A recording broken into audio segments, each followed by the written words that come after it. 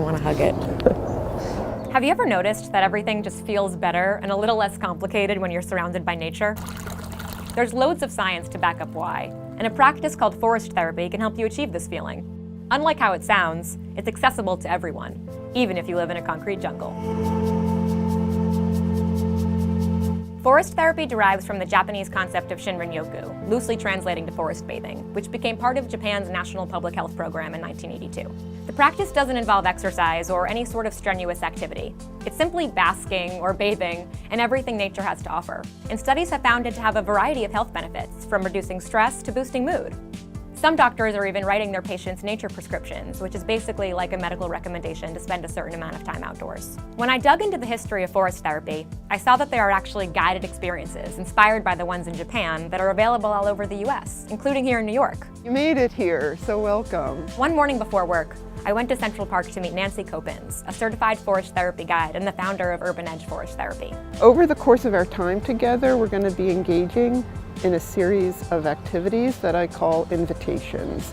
They're optional. They're an opportunity to engage in a certain way. And after that, we'll talk a little bit about what you're noticing. Each leaf on the tree is a different shape. I participated in all of the invitations, and many of them weren't what I'd expected. At one point, I had to make a piece of art out of the objects in my periphery, and at another, had to walk across a small field in no fewer than 10 minutes. Some of the invitations even felt intimate, like when Nancy asked me to tell a personal story about a tree.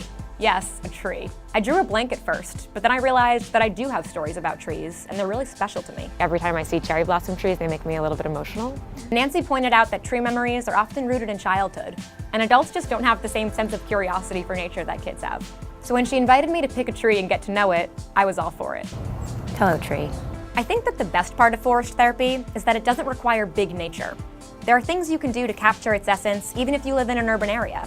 You can decorate your home or workspace with small plants, for example, which is an especially good idea considering being around plants can help you concentrate, according to research. You can also practice moving a bit slower and taking notice of any natural features around you. Walking to work today, I was trying to be more mindful of the space around me.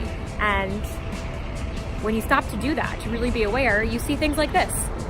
I've walked past the street so many times and I've never noticed the beautiful flowers. And if there aren't any trees or flowers or birds for you to pay attention to, just stop to feel the wind on your face. Stay there for a moment and appreciate the breeze on your skin. You don't need to travel to some Instagram-worthy location to benefit from nature's beauty.